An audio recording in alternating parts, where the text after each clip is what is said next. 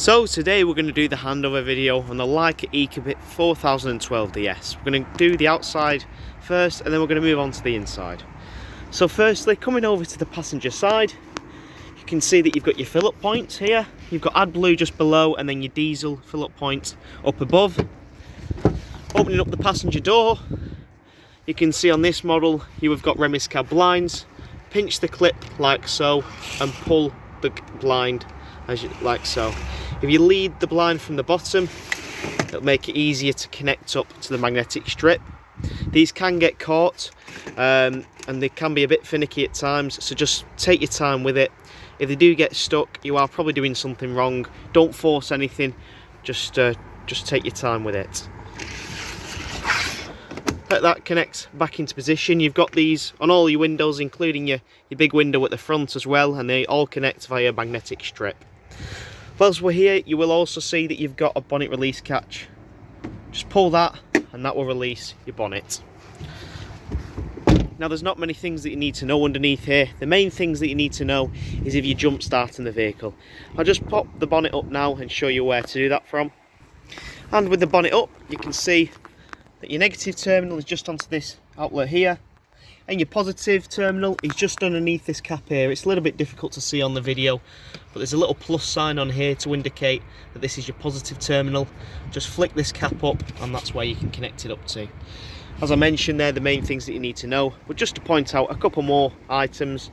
You've got your brake disc fluid here, and below that your engine oil with your dipstick.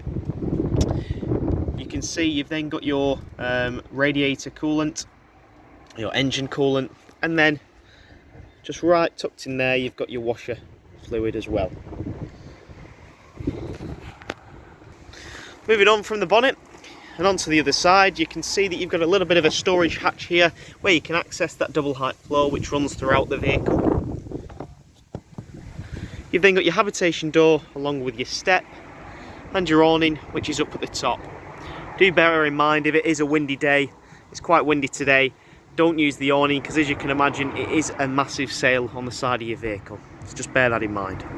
And if your awning does get caught out in the rain, just remember that when you have a warm day, you do need to bring your awning out just to let that dry out so it doesn't lead to any mould. Moving on, you can see that you've got your fridge vents here, and below that you've got your gas barbecue point, which will just connect via bayonet fitting. Obviously you'll need your gas on for that to operate.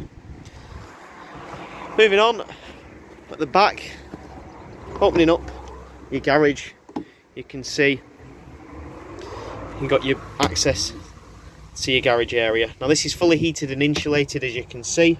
I'll show you how to work the heater later on. And in the back here, you can see your awning pole is stored along with your carpets, your ladders for your drop down bed at the front, and your travelling seats should you need them. The controls in the garage are here. You can see that you've got a 230 volt socket, obviously will only work when hooked up on a site. And then you can see you've got a little button here, and this is for your wastewater drain down point. So this is the first drain down point in the vehicle that we've discussed.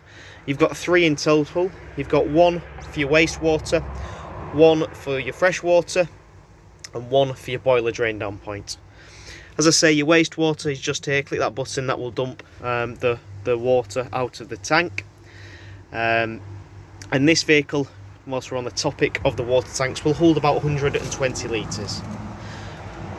Whilst we're on the topic of drain down points, when you're on site you'll have a big grid that you can drive over. Click this button, that will empty the tank, and we say that obviously do that for all of your drain down points. And then as you're travelling at home, all of your drain down points can be left open, so then all your vibration as you're travelling home will get all that last remaining water out of the system. The final switch on this side is just behind here, as you can see, and this operates your bed. This is an island bed that's fitted to this model, the 4012 DS, and it has the height adjustable feature. As you can see, there are 2 rails here. Just click that button and it will raise and lower the bed depending on how big you want the garage. At the moment, as you can see, it's at its lowest position, but you can take this all the way up to this point.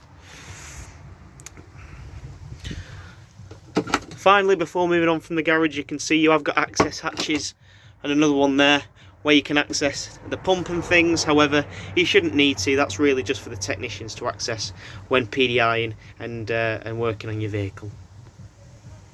So moving on to the back of the vehicle and on from the garage, you can see that your reversing camera is neatly hidden up at the top in the brake light. Moving on around, you have got, of course, another access point, a smaller door to the other side of the garage to put things in. As we move on, you can see that you've got your fill-up point for your fresh water. As I mentioned, this will take about 120 litres of fresh water, and the drain down point for that particular tank is on the inside of the vehicle alongside your boiler drain down point. All you need to do is get a food grade hose pipe to put in here, and then you can fill up the tank. Of course, when it's overflowing, you've primed your system for your fresh water tank and it's full. Moving on, as you can see, we're plugged into 230 volt mains electric here, so when you're on site you can get that all plugged in. So you've therefore got 230 volt electric, and next you've got a cassette toilet which is just here. I'll open this up for you now.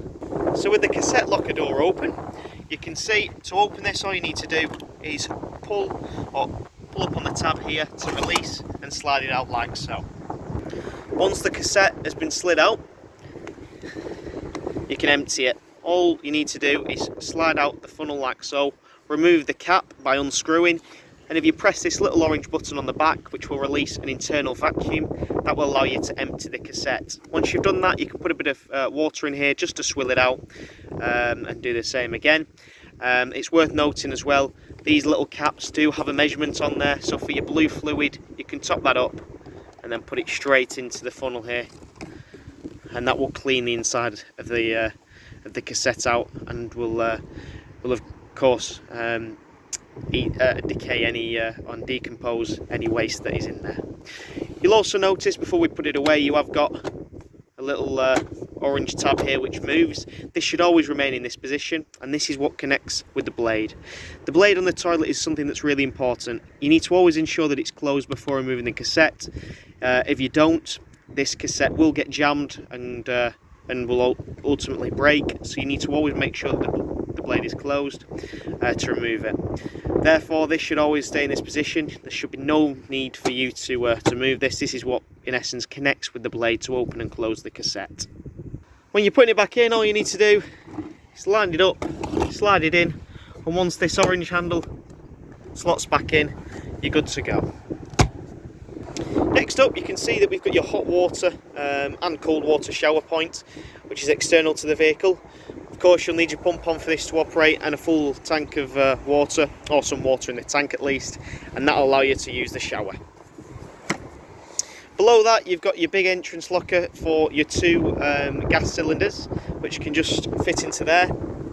Please bear in mind that when travelling, your gas should always be turned off at all times for safety precautions. And moving on, you can see that you've got a trimmer vent here. It just says trimmer on here. It does get hot because this is in essence your vehicle's chimney, so don't hang anything on that, just bear that in mind. Just beneath the vent as well, before moving on, you can see you've got a bit more storage as well like the other side, where you can access all the way through the vehicle. You have got a light in here as well, which is dead handy. So now moving on into the vehicle, as we walk in you can see that you've got your control panel directly above the door. You've got your main control panel here, and then on the other side you've got your trimmer blown air control panel. To turn it on, all you need to do is click this button. As you can see, your Laika screen will activate and come on, and then you're up and running. So firstly, before going into all this technical side of things, on the other side you've got your button for your lights. That will activate your lights on the inside of the vehicle. From there you can click your switches here, and as you can see, your lights will turn on. Coming back over, below that you've got your pump button, so click that to activate your pump. Now please ensure that you need water in the vehicle for that pump to activate, because if you don't, it'll simply burn out the pump. So always ensure that there is always water in the vehicle. Once you've done that and you've got water in the van, click that button, come to your taps, including your shower, and then turn them on and turn them to hot. What that'll do is it'll pull water from the freshwater tank into the boiler and then out of your tap. Once it's running steadily, you prime your system for your hot water, and you just need to do the same thing for your cold water. Once you've done that and it's running steadily on both hot and cold, you're good to go. You can leave it, and you can leave your pump on because all of your taps have got a micro switch on which will activate and deactivate the tap when you need it. But as I say, once you've done that, just leave it as you have primed your system. The only time you need to turn your pump off is if you run out of water to avoid obviously burning the pump out. Coming back over, beneath the pump button you can see you've got another light. That's for the external light.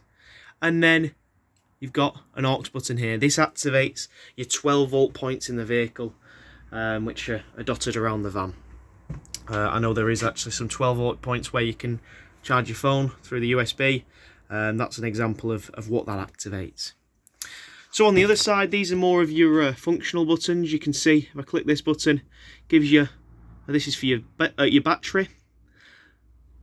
On one side you've got your hab battery, for your hab leisure battery, and then the other side you've got your vehicle battery. As you can see, it's like a little vehicle at the front there, both reading full at the moment. On the other side here, just below that, you can see that you've got your freshwater tanks at the moment with nothing in.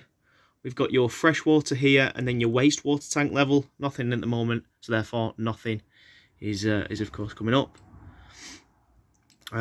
You have got this little switch here as well. This is if you want to reprogram the system. Again, it's just for us, just for the technicians when working on the vehicle.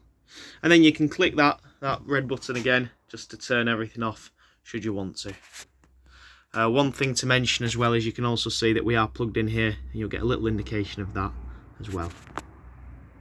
Okie dokie, so moving on, you can see that you've got your control panel for your heating, which is to the side of your main control panel.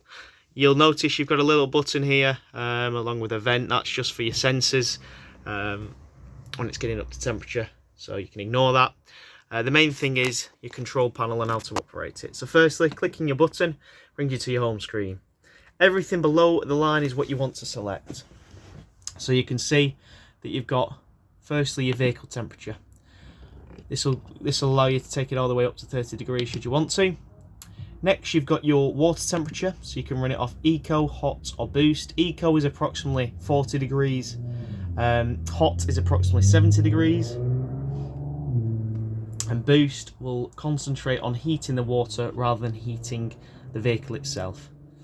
So say for example it's a very cold day, stick it on Boost, it'll just help to get it up to temperature a little bit quicker.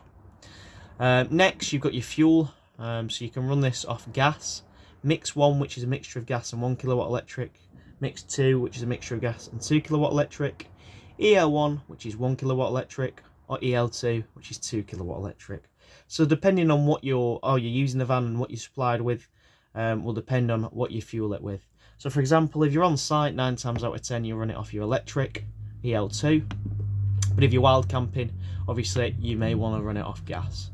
If you are just getting onto site initially, a lot of people run it off Mix 2, so it's a combination of gas and electric just to get it up to temperature, and then you can flick it over the electric. It does a better job at maintaining the temperature really.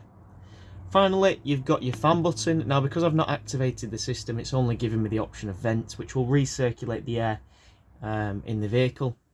However, if I was to activate one of these, it gives you the option of high or boost depending on the intensity of the fan, and this, as I say, is for the vehicle heating only.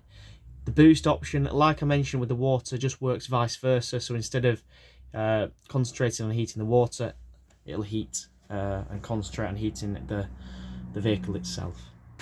Dead easy and dead simple. Up at the top here in the corner, you can see you've got some USBs to charge your phones.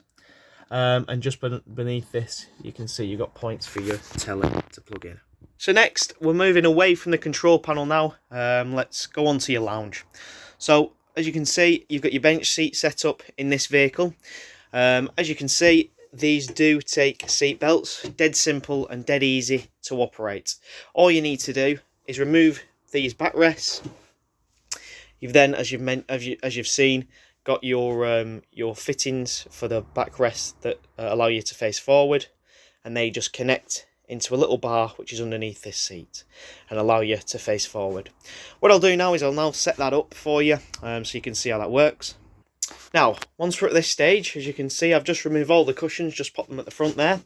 You can see they're all attached via Velcro. Do be careful when removing them, just ease them off as the Velcro is quite strong. The bar that I was mentioning is underneath this piece of wood here. You can see there's two holes which allow the two prongs on the back of the seat to be guided in. Using the wing nut in the centre, you can then tighten that into position, and this is your seat base. To allow your legs to drop into this area, as you can see, this flap just sticks in here.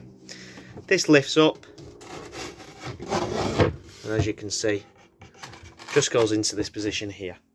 Then using your seat base, you can then stick that there, and you can simply face forward.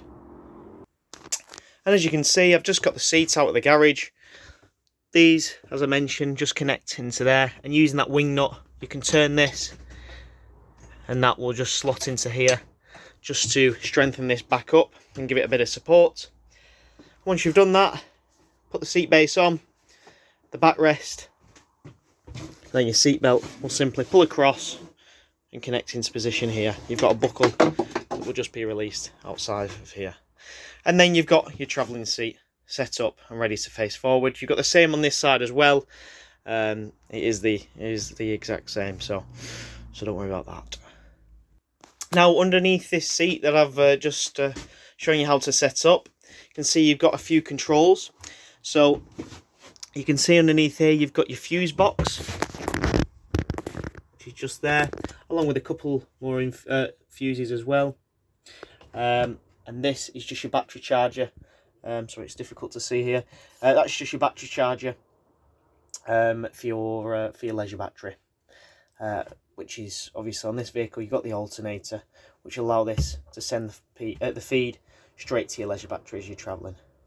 You'll then notice that this is in essence your e-box. Just leave this as it is. You should never need to click this. That's where it's located. That's when you can shut the whole system down. You have also got a switch on this side which will do the same thing, which will allow you to shut the entire system down. But again, you shouldn't need to. It shouldn't be a requirement. It's really just there for when we're working on the vehicle, and we are, of course, you know, dealing with the electrics. Just something to mention as well whilst we're here, you have got a little sticker on here which will show you the weight of the vehicle, should you ever need to.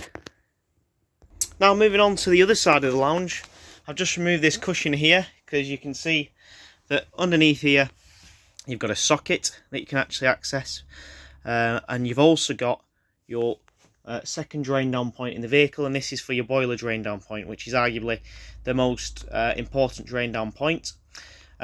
Your boiler is actually located underneath here.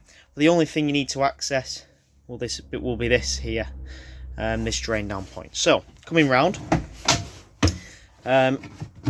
just opening this up to drain the system down. It's dead easy. At the moment it's open.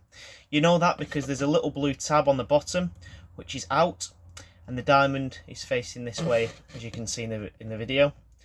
To close the system, all you need to do is turn the diamond like so and click that blue button in like so, and that actually closes the system, so you're good to go. So then that's where you can start bringing water into the vehicle, into the boiler, and then out to your tap, and you can start using it. Your boiler takes approximately 10 litres of water. Now, what you've got to bear in mind is if you're not using the vehicle, you should always drain this down. Even in the hotter months, I would always drain this down, just to get into the habit of draining it down and keeping the water out of the system. Because if you don't, you could run the risk of getting frost damage, and therefore you'll need a new boiler, which is not cheap.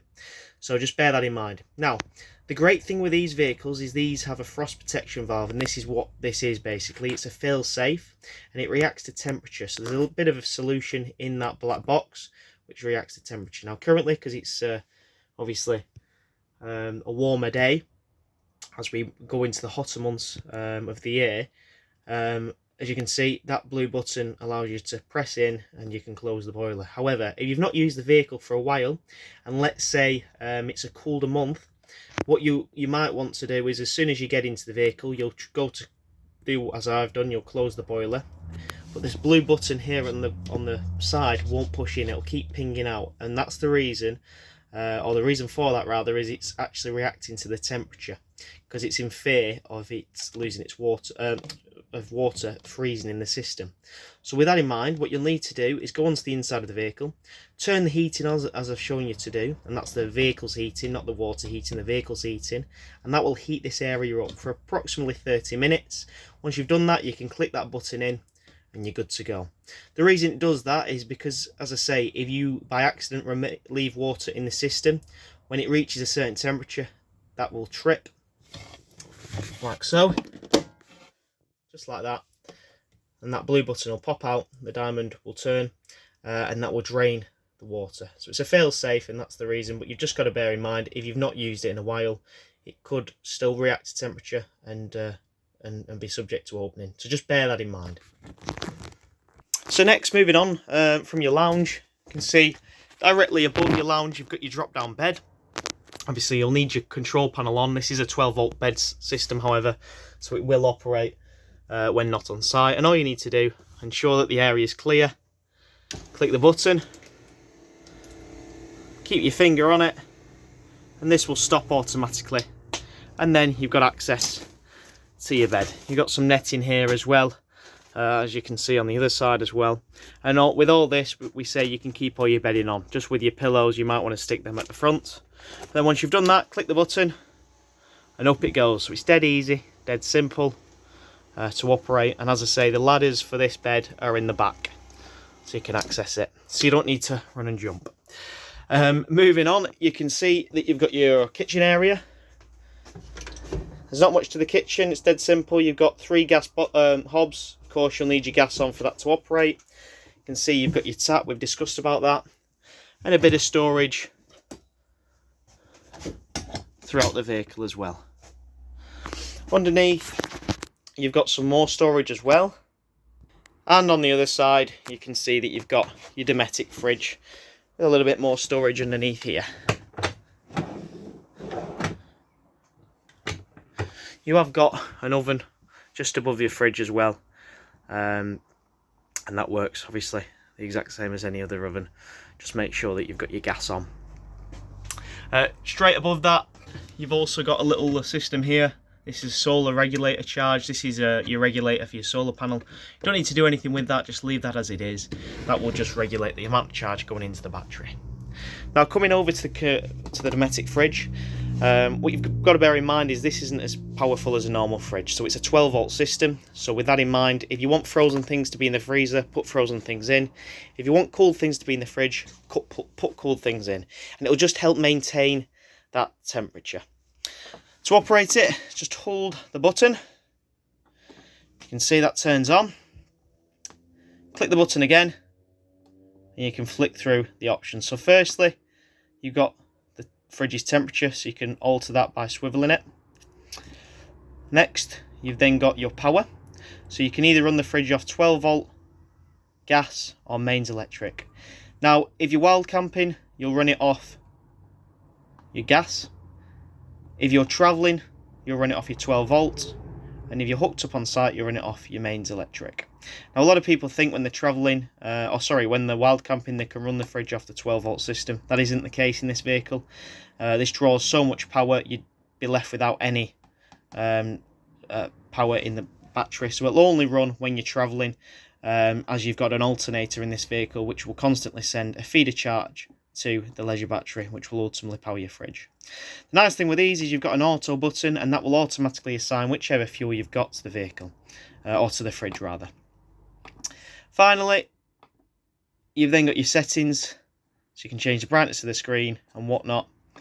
And to turn this off, all you need to do is hold this, and as you heard by the beep, that just turns the system off. Right, so moving on from the fridge into your bathroom area. You've got your shower on one side, as you can see. Now, we've discussed about primary system, so you don't really need to know much about that. You've got your door, which will pull around, connect to the side to make this area a bit of a changing area. And then on the other side, just turn the lights on, you've got your sink and also your cassette toilet. Now, we've spoken about your sink, primary system, so that's the exact same. Your toilet we've touched on. The blade that I made reference to outside is this piece of plastic here. At the moment it's closed, push away from you and that opens the blade. So when this is in use, you need to push the blade across, so that opens it, so all the waste can drop into the cassette. Once you've done that, click the blue button on top there, and that will activate the flush and empty and flush the contents out into the cassette. Once you've done that, pull the blade back and that will close it. You close the blade for two reasons. The main reason being is it'll stop the odours from escaping. The second reason being is it'll get you into the habit of having that closed, so when you come to remove the cassette to empty it, you're not going to run into the issue of it jamming. Going back up to the top, the blue button, as I mentioned, activates your flush. You've got to bear in mind that your pump will need to be on for that to activate, and when this system is full, you'll get a red button on here to indicate when you need to empty it. Finally, before moving on, you can see underneath your sink, you've also got a trip box here. This is for your RCD breaker, so if the vehicle ever trips, you can come to this area here. Now, moving into the bedroom area, you can see that you've got storage either side, as well as the storage at the top area. And as I mentioned, this bed will raise and lower. At the moment, it's set to its lowest position. Now, as you walk into the bedroom area, you've got a little hatch here. You can see I've just removed the top of it there. And this brings us on to the final drain down point in the vehicle, your main drain down point, which is 120 litres. This is for your fresh tank. So all you need to do is when you're on site, as I mentioned on the outside, you need to drive over the grid, turn this black lever, and that will empty the entire tank. There's a little lug in here as well. If you want, you can. I did actually feel it when I was turning it. You can turn it halfway up until that lug, and that will drain the entire thing down to 20 litres as a quick drain down point. But if you want to drain the entire tank down, you can carry on past that lug and drain the entire thing down. The reason it gives you the option of draining down to 20 litres is the manufacturer do recommend that when travelling, if you have to travel with water, only travel with 20 litres due to weight distribution and obviously payload. So bear that in mind. But with this, you've got a little hatch here. I'll just connect into here and goes in like so, and then you've got the other hatch here which fills in the floor.